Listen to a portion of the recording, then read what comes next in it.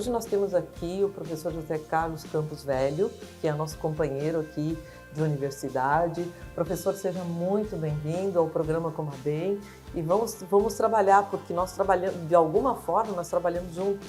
Eu trabalho a gerontologia, nutrição e envelhecimento e o professor trabalha a geriatria. Professor, seja muito bem-vindo. Muito agradecido, professora Tereza, pelo convite. Eu estou bastante animado e entusiasmado e honrado por poder conversar sobre esses assuntos que fazem parte do meu cotidiano e que acho que são interessantes que sejam capilarizados na sociedade. Eu penso ser importante, professor, porque nós temos, dentro dos dados epidemiológicos, dentro dos dados das transições, né? Epidemiológica, nutricional e a transição demográfica, é um envelhecimento extremamente rápido da população brasileira. E para isso nós precisamos ficar atentos, não somente na doença em si. Eu penso dessa forma, professor. Dentro da geriatria, o que é possível fazer para que se tenha um envelhecimento, digamos, se houver a doença, evitar que essa doença evolua? De que forma fazer, professor, dentro da geriatria? O ideal é tentar não ficar doente, né? Como não se fica doente, professor? Deus não planejou assim. Gente, não, essa é uma resposta perfeita, né? É uma resposta perfeita. Porque quando se fala em envelhecimento, geralmente se alia envelhecimento às doenças, e principalmente às doenças crônicas. Mas é possível, não é, professor, você envelhecer dentro de uma senescência, uma evolução desse envelhecimento.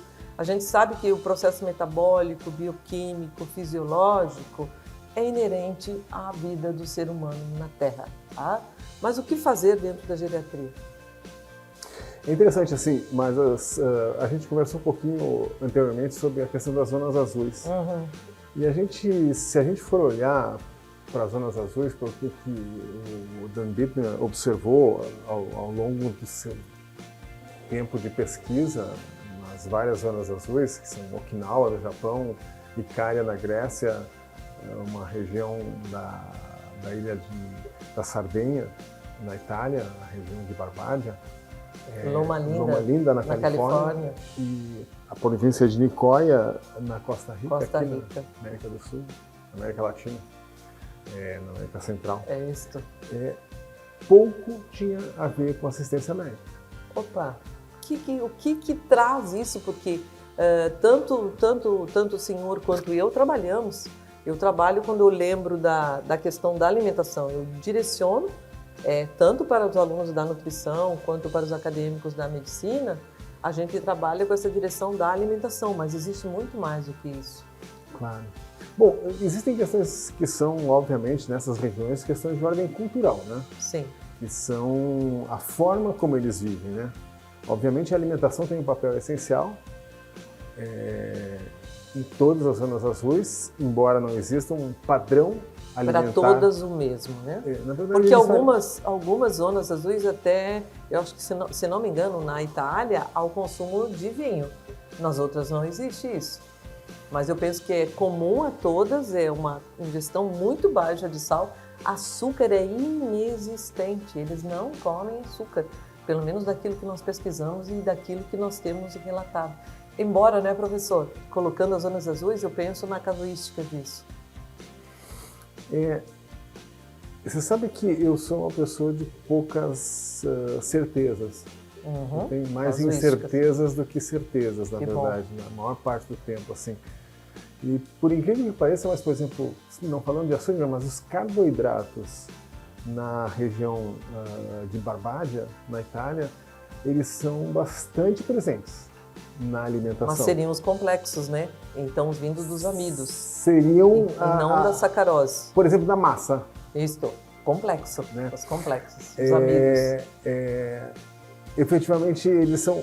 Mas realmente, assim, talvez eu falo que a questão cultural seja importante porque, pelo menos, esse doce industrializado não chegou a essas regiões. E ainda essa não. É uma das questões significativas, sabe? Porque todas essas regiões são regiões remotas de difícil acesso. Alguns arquipélagos, algumas ilhas, né? Exato, Icária na Grécia, Okinawa no Japão.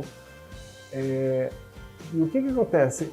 Eu não sei o que vai acontecer com a globalização, com a chegada da modernidade, da locais. Civilização, da globalização nesses lugares.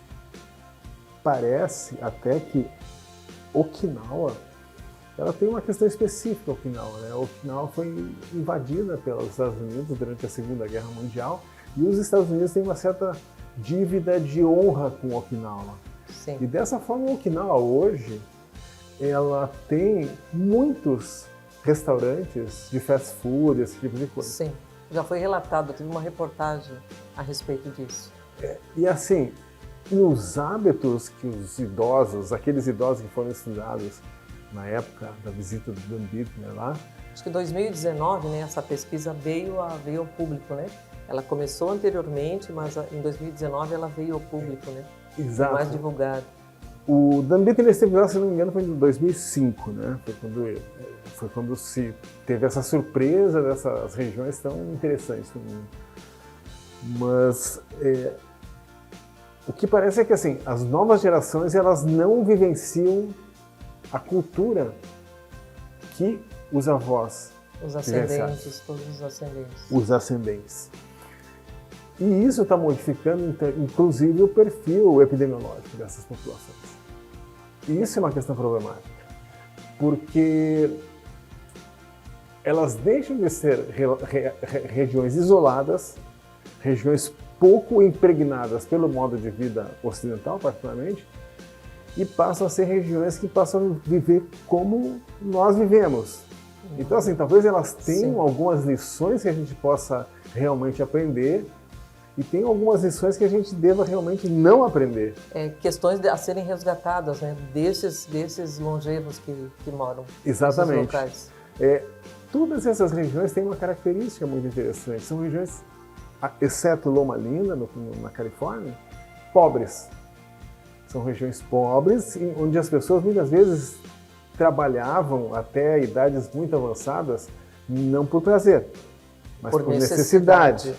Então, assim, o trabalho que não era para elas um sacrifício, ao contrário, era uma questão positiva, o trabalho... O movimento, né? Sim. É o levantar, é o plantar, é o ordenhar, é o pastorear. Principalmente, acho que Icária e na Sardenha alguma coisa também, que a base da proteína é diferenciada, né? Na verdade, Icária, por ser uma ilha, né, eles têm muito a questão da relação com o mar e da pesca, portanto.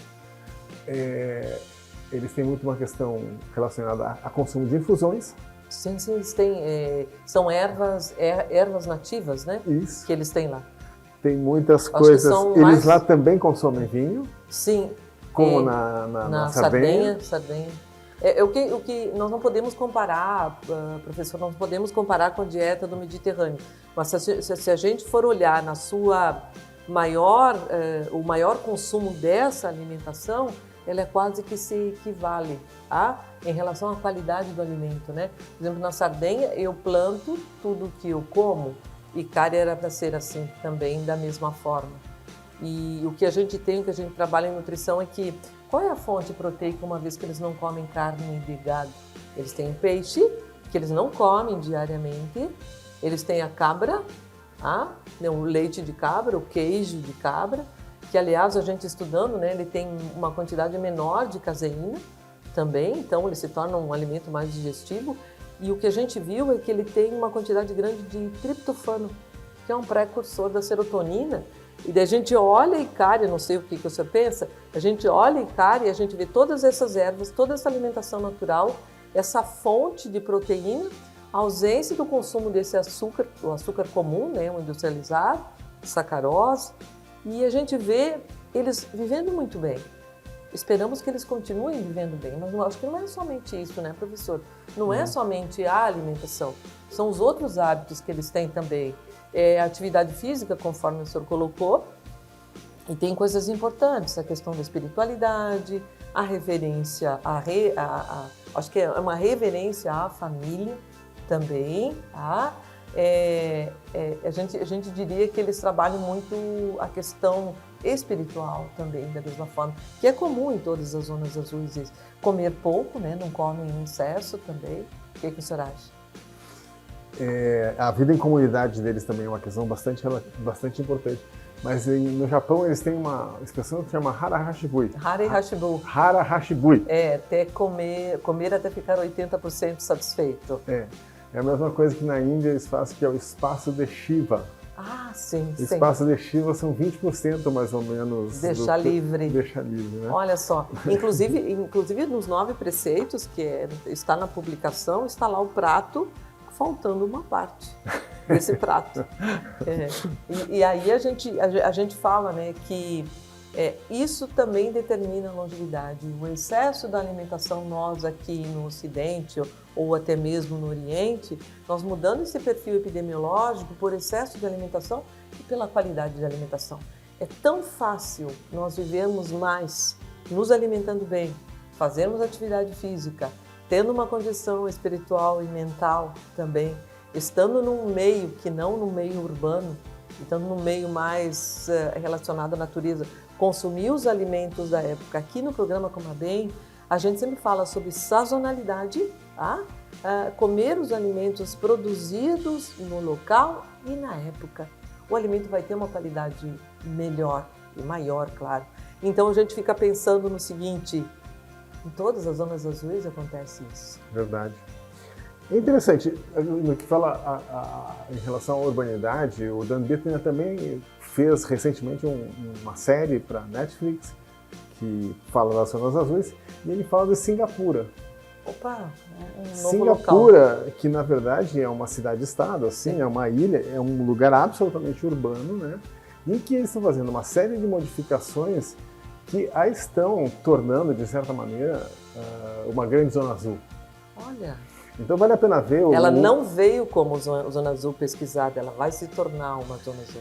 E não através de questões assim, de estudamos as zonas azuis e vamos fazer semelhante a isso. Sim. Não, dentro de uma cultura oriental, e dentro de uma cultura profundamente preocupada com a questão social e pública, né? Dentro de governos que se identificam com essa questão, eles estão propondo toda uma série de sugestões à comunidade, aos cidadãos, que enriqueçam a vida dele do ponto de vista de vivência comunitária, relação intergeracional e também do ponto de vista de atividade física, de alimentação, e que podem, no fim das contas, oferecer a essa população uma probabilidade maior de um envelhecimento mais saudável. Ótimo, ótimo. E assim, como eu falei inicialmente, assim, a gente vê que pouco dessas coisas tem a ver em relação a questões de ordem especificamente médicas. Professor, nós vamos voltar a falar aí no segundo bloco sobre essa questão aí. Até daqui a pouco.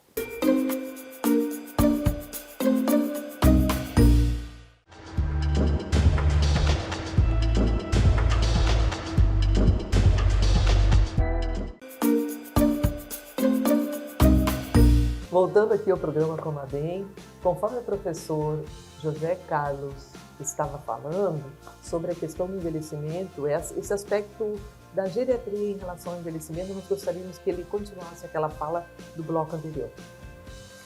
Bem, falando um pouco da geriatria, a minha especialidade, né? O que eu acho assim que a geriatria no momento atual do mundo que a gente está vivendo é essencial, né? Tanto pela principal razão, que é o processo de envelhecimento, que a gente pode ver em termos tanto relativos como absolutos, a presença de idosos na população hoje é muito maior, como do ponto de vista médico especificamente. A presença de idosos em ambulatórios médicos, dentro dos hospitais, assim, os hospitais sofreram um processo de envelhecimento, então a população hospitalar hoje é uma população muito mais envelhecida. Maior parte. E assim, existe uma proposição que chama geriatria preventiva, né? Com a qual eu tenho algumas prevenções.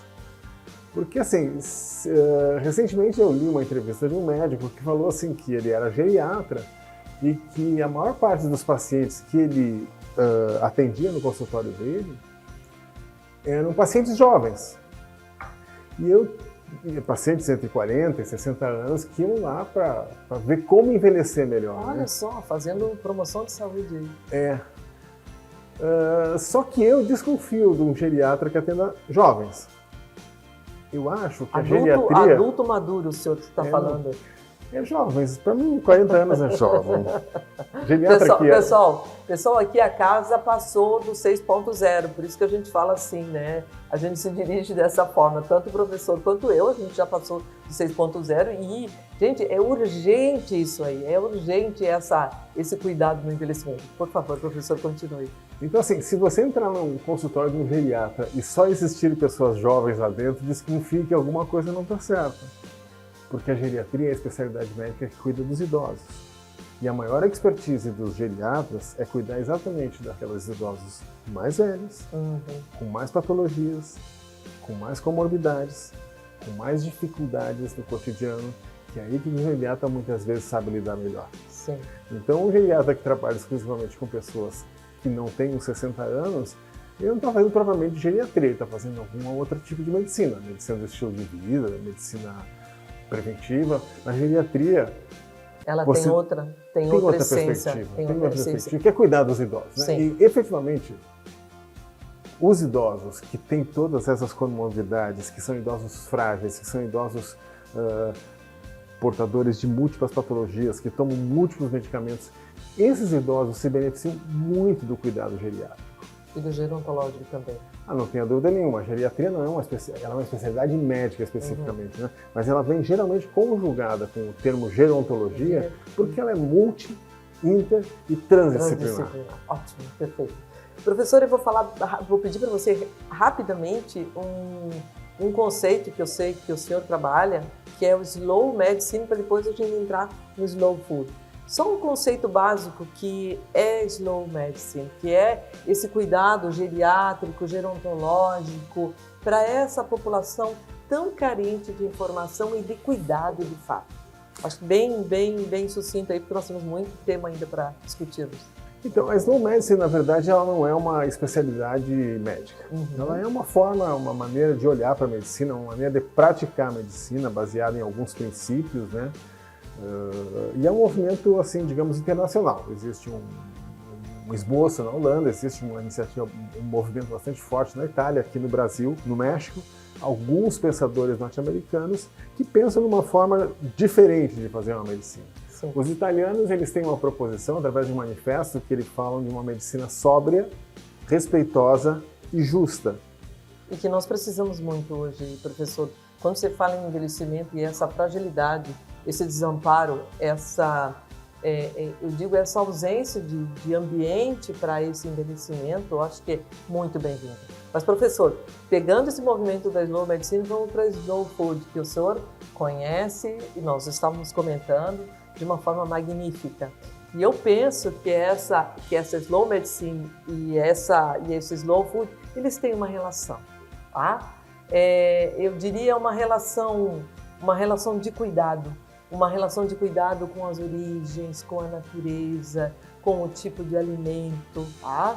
Nós temos até aqui, professor, Terra Futura, até esse livro me foi emprestado também da professora Cristina Basso, onde o Laudato Si de 2015, nós temos Carlo Petrini.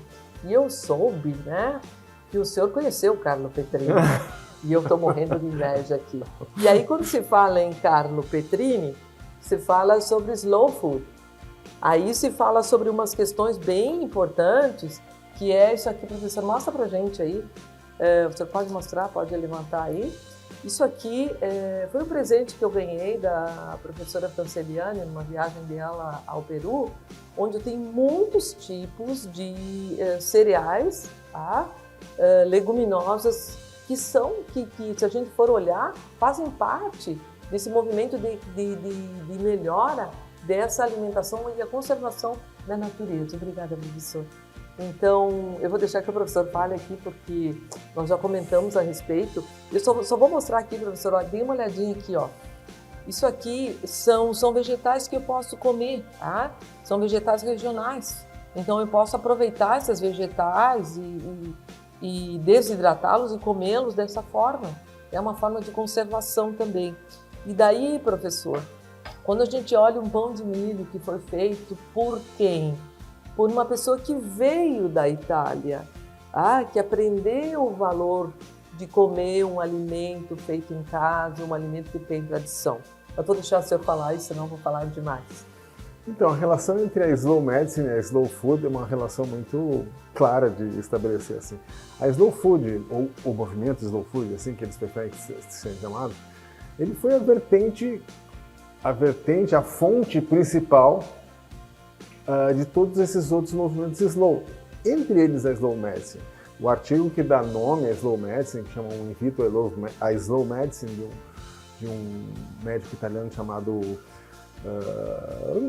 já me lembro o nome dele, que publicou um artigo numa revista italiana há alguns anos atrás, falando que aquilo que o movimento slow food falava em relação à alimentação poderia ser aplicado à medicina, que seria o que ele identificava como uma desaceleração dos processos de decisão. Então, assim, existe uma relação quase que de mãe para filho, ou de pai para filha, da slow food em relação à slow medicine. Por incrível que pareça, não é, até hoje, a gente gostaria que fosse, uma relação tão íntima e produtiva. Sim. Os movimentos não ainda conseguiram funcionar de uma maneira integrada. Eles mais ou menos falam sobre nem na Itália. Nem na Itália. Nem na Itália. Na Itália eles conseguiram... O Carlo Petrini foi o precursor. Ele foi um dos fundadores desse movimento. Não, o Carlo Petrini, na verdade, o papel dele foi o seguinte. Em 1986, na Piazza de Espanha, em Roma, foram inaugurar um restaurante de uma rede de fast food.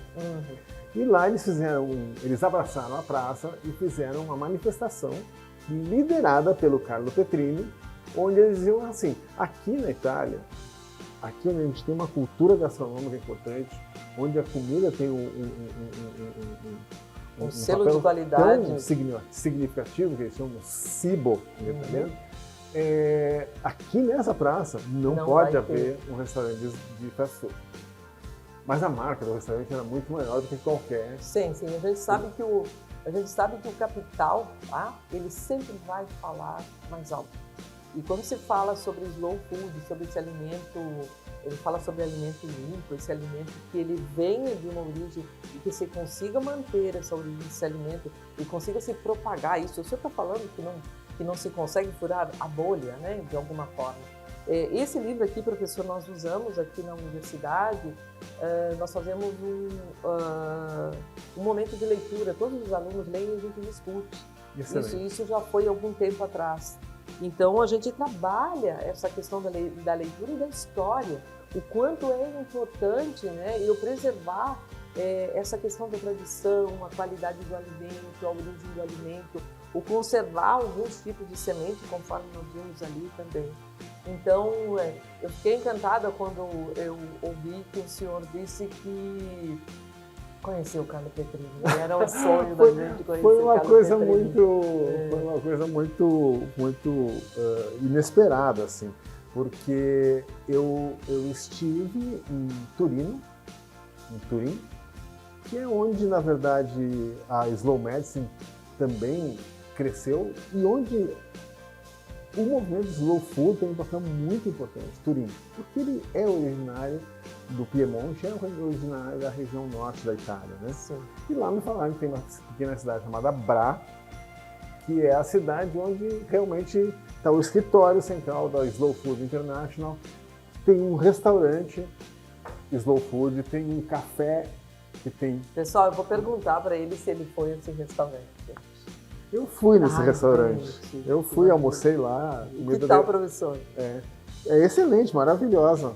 Inclusive, a Bela Gil estava lá, ela estava fazendo um curso lá Eles têm uma faculdade, eu vou falar disso em alguns instantes. Ela estava fazendo um curso lá nessa faculdade e eu até fui falar com a Bela Gil. Inclusive, fiz um erro que chamei ela de preta, Gil. Opa, diferente. E ela não é só a Bela, de perdão. Mas assim, eu fui me apresentar para ela e fui falar que eu trabalhava sobre slow mas sem tinha ido ao restaurante. E fui também num café, que tem mais de 100 anos, que também tem essa perspectiva de um ideário slow por trás dele, assim. A cidade toda funciona dessa maneira, é uma pequena cidade. Mas perto de Bra tem uma outra cidade que chama Potenza. E lá em Potenza, eles construíram uma grande faculdade nós temos de gastronomia. Sim. Não é bem uma faculdade de gastronomia, seria a Universidade Slow Food, porque lá eles têm formação em várias áreas. E eu fui lá conhecer, sem ter marcado, sem ter nada, fui passeando para lá, um lugar belíssimo assim. E ao sair, para ir pegar o carro, Sim. que eu tinha alugado, eu vi que tinha algumas pessoas na frente do pórtico da faculdade conversando, eram 3 pessoas. E aí então 2 das pessoas saíram, ficou uma delas, eu olhei para aquela pessoa, e quem era aquela pessoa? Carlo Petrini. Era o Carlo Petrini. Ah, meu Deus do céu.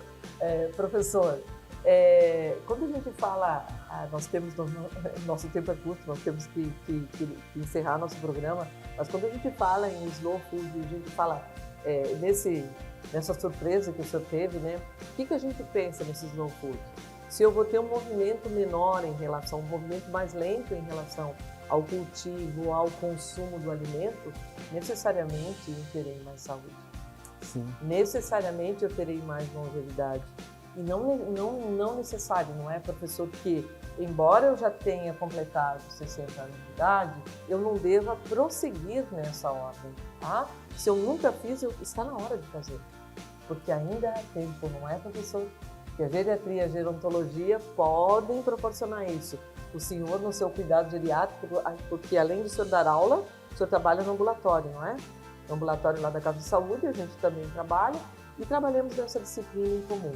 Eu penso, professor, que o nosso caminho é longo aí, nesse processo educativo sobre alimentação, geriatria e gerontologia.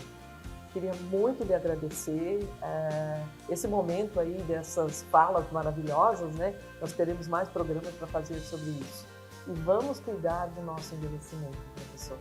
De alguma forma, como o senhor falou, geriatria ter pessoas jovens, geriatria ter pessoas velhas, pessoas idosas, longevas, importante. Gerontologia da mesma forma.